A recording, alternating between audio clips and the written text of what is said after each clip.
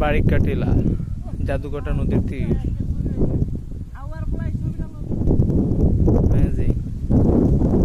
Bangladesh, my country Bangladesh.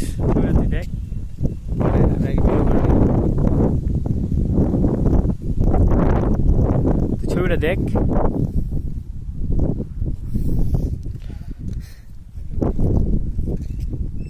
এটা হচ্ছে India, আমরা এখন ইন্ডিয়া আছি।